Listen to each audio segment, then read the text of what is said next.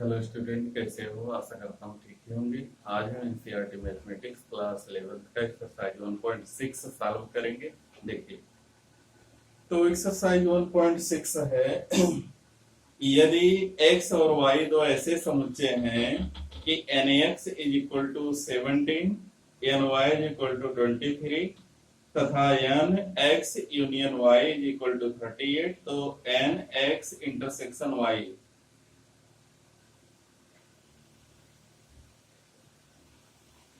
Question number 1, nx 17, ny 23, n x union y, n x capital है, x union y is equal to 38। n x union y is equal to 38। हमको निकालना है n x intersection y। हमको ज्ञात करना है n x intersection y। इसको हमें ज्ञात करना, ये नहीं मालूम है, बाकी तीन पद मालूम है। एक हमने कल सूत्र पढ़ा था, सूत्र n x union y, n x plus n y minus n x intersection y। इसमें मान रखते हैं जिसका मान मालूम है, ये फार्मूला है हमारा।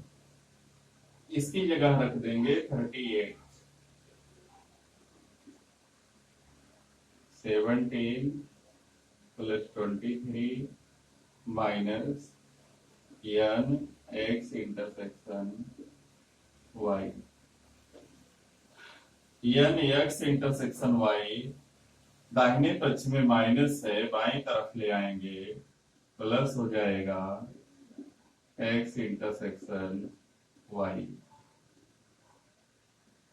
इज इक्वल टू 17 और 23 हो जाएगा 40, और ये 38 इधर जाएगा, माइनस हो जाएगा 38। n x intersection y is equal to 2। ये इसका आंसर होगा। ये है क्वेश्चन नंबर 1।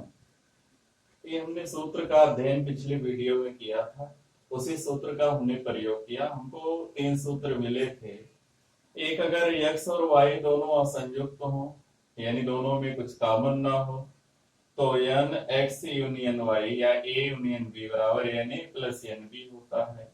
अगर कोई अवयव कॉमन रहता है तो ये वाला लगता है।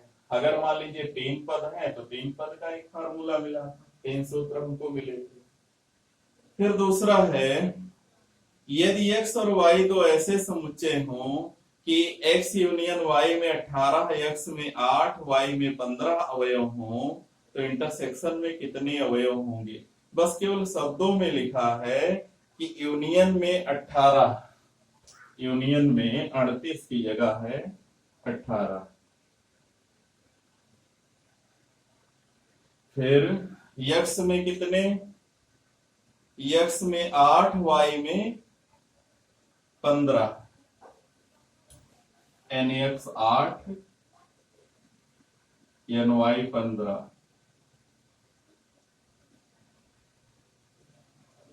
ये क्वेश्चन नंबर 2 है, और ये हमें इंटरसेक्शन निकालना है। इसमें मान रख लेंगे, यहां रख लेंगे 18, यहां लिख लेंगे 8 प्लस 15, तो 15 8 हो जाएगा, 15 5 20 3 23, और -18, 23 में से 18 जाएगा, आ जाएगा 5। ये क्वेश्चन 2 है। तो 1 और 2 बिल्कुल सेम टू सेम है, कोई समस्या इसमें नहीं है। अब देखते हैं अगला क्वेश्चन नंबर 3 क्या है। 400 व्यक्तियों के समूह में 250 व्यक्ति हिंदी तथा 200 अंग्रेजी बोल सकते हैं। कितने व्यक्ति हिंदी तथा अंग्रेजी दोनों बोल सकते हैं? बस वही सवाल बिल्कुल ऐसे ही है, केवल संकेतों में नहीं दिया गया है, प्रश्न के रूप में है। तो हिंदी और इंग्लिश का समुच्चय मान लें। क्वेश्चन नंबर 3, माना हिंदी बोलने वाले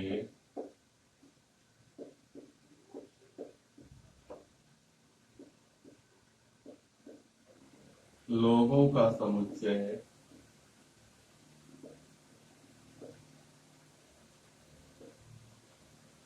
हिंदी बोलने वाले लोगों का समुच्चय एच तथा अंग्रेजी बोलने वाले लोगों का समुच्चय ई है। अंग्रेजी बोलने वाले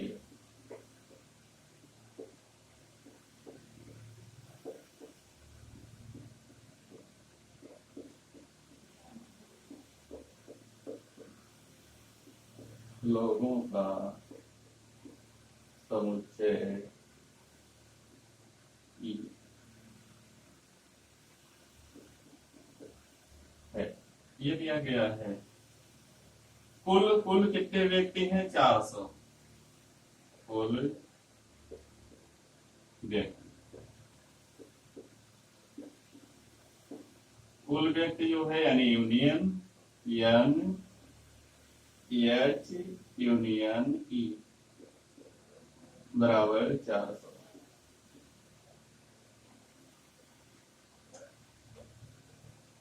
तो एक ग्रुप है जिसमें कुल 400 व्यक्ति हैं। इसमें 250 हिंदी बोलते हैं और 200 अंग्रेजी बोलते हैं। हिंदी बोलने वालों की संख्या, हिंदी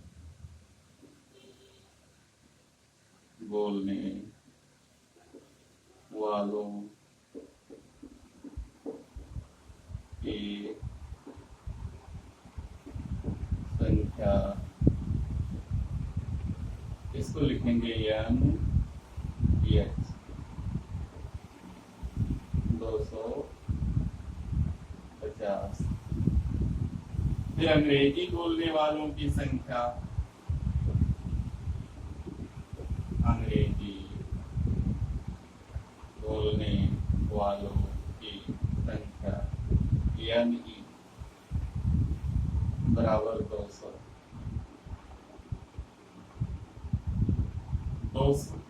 दोनों का माना दोनों बोलने वालों की संख्या, दोनों बोलने वाले का मतलब हिंदी या इंग्लिश दोनों बोलने वालों की संख्या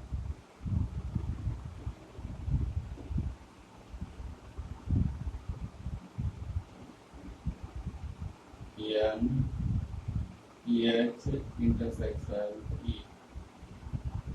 है, ऐसा मान लेते हैं। फिर क्वेश्चन वही हमारा हो गया जो भी पीछे सूत्र लगाए थे। इसलिए एन एच यूनियन ई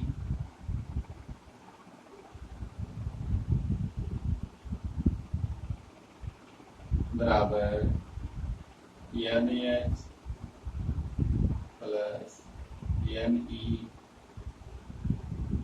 माइनस एन एच इंटरसेक्शन अब मान रखेंगे इसमें, इसका मान है 400, 400, 400, NH का मान है 250,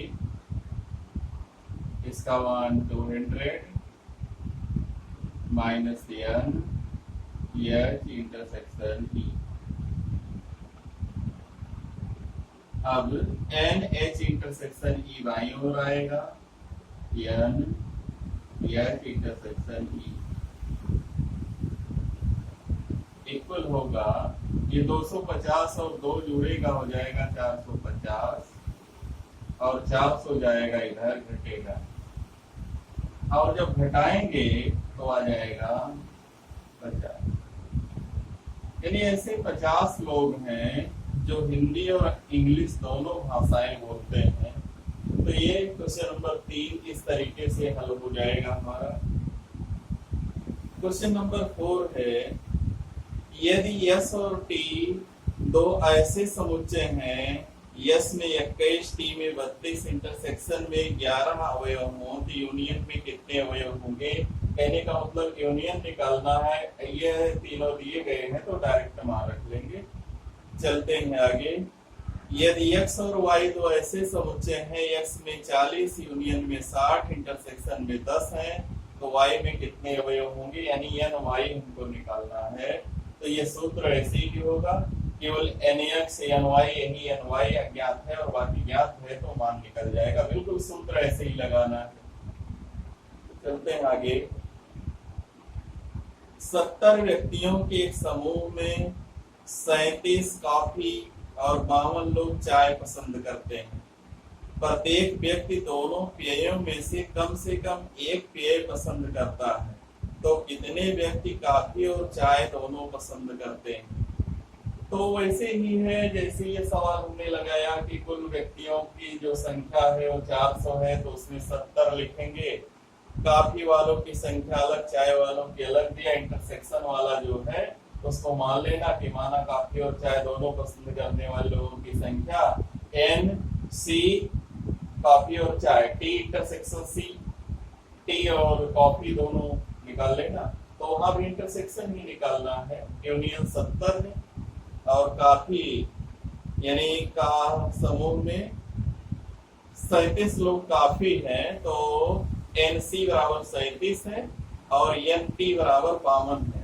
इंटरसेक्शन निकालना है तो निकाल लीजिएगा। बिल्कुल आसान सा क्वेश्चन है।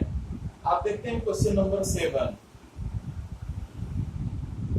65 व्यक्तियों के समूह में 40 व्यक्ति क्रिकेट और 10 व्यक्ति क्रिकेट और टेनिस दोनों को पसंद करते हैं, तो कितने व्यक्ति केवल टेनिस पसंद करते हैं किंतु क्रिकेट को नहीं, और कितने व्यक्ति टेनिस को पसंद करते हैं? तो 65 व्यक्तियों के समूह में 40 व्यक्ति क्रिकेट,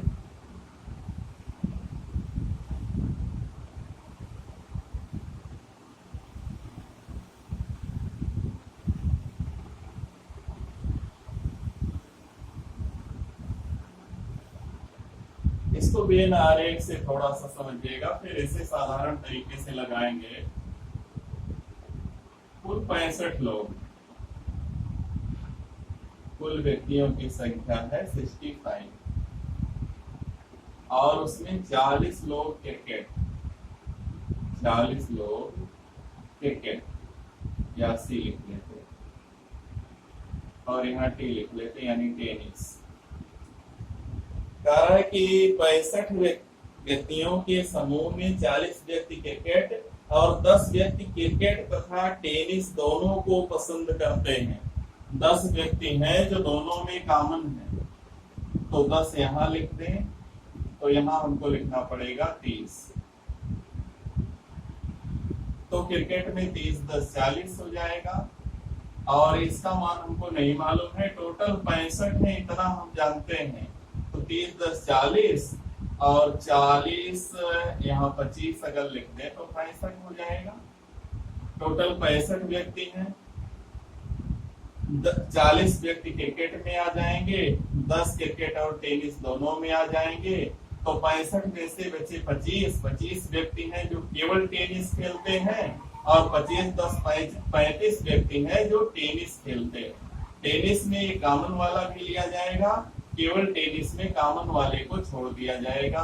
अगर केवल टेनिस की जहां बात आएगी वहां एंटी में से इंटरसेक्शन को घटा दिया जाएगा, एंटी में से इंटरसेक्शन को घटा दिया जाएगा।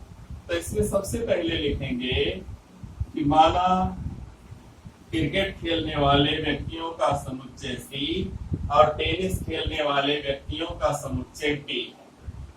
उसके बाद चूंकि एन सी यानी क्रिकेट खेलने वाले व्यक्तियों की संख्या 40,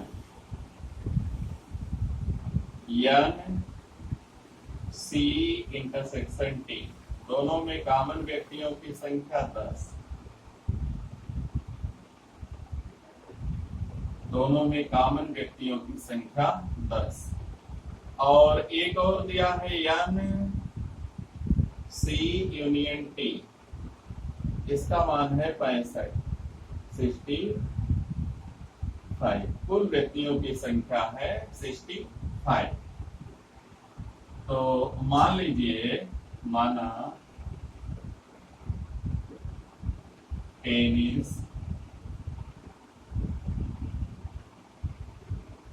खेलने वाले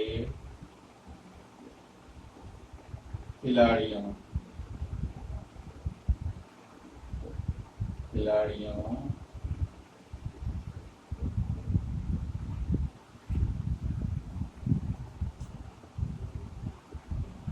की संख्या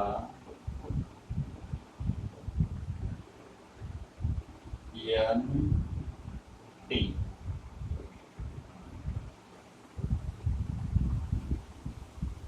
अब हमको एन सी मिल गया, एन टी मिल गया, यूनियन मिल गया, इंटरसेक्शन मिल गया। हम सूत्र लगा लेंगे क्योंकि एन सी यूनियन टी बराबर n C plus n T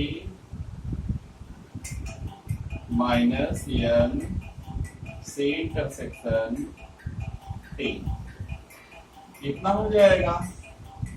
और इसमें मान रख लेंगे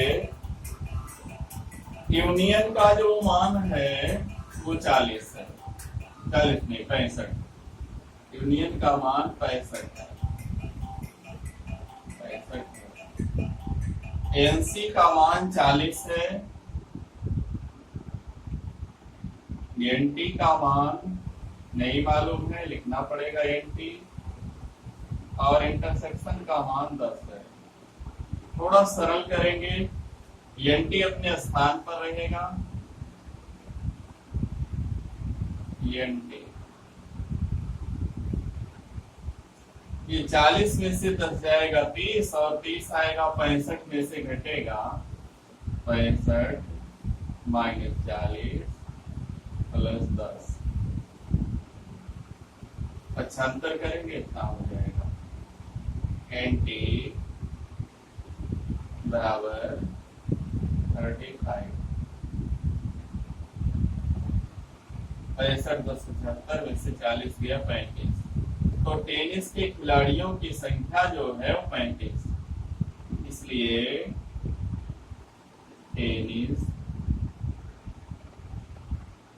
के खिलाड़ियों की संख्या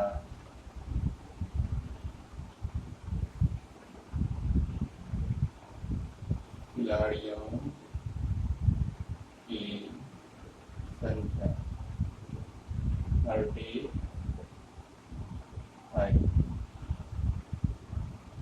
टेनिस के खिलाड़ियों की संख्या 35, केवल टेनिस। अब केवल टेनिस के खिलाड़ियों की संख्या। अब हमने कहा एनटी में से दोनों का कॉमन घटा देना, तो हो जाएगा n T minus n C intersection T बराबर 35 -10 बराबर 25। तो कुल टेनिस वाले 35 हैं और केवल टेनिस खेलने वाले 25 हैं। तो इस तरीके से क्वेश्चन नंबर 7 जो है वो हल हो जाएगा हमारा। और वेन आरेख से तो हमने पहले ही बताया बड़ा ही आसान होता वेन आरेख, प्रयोग किया जा सकता वेन आरेख का। आगे देखते हैं, एक कमेटी में 50 व्यक्ति फ्रेंच, 20 व्यक्ति स्पेनिश, 10 व्यक्ति दोनों भाषाओं को बोल सकते हैं। कितने व्यक्ति दोनों ही भाषाओं में कम से कम एक भाषा बोल सकते हैं? कितने व्यक्ति दोनों भाषाओं में से कम एक भाषा बोल सकते हैं?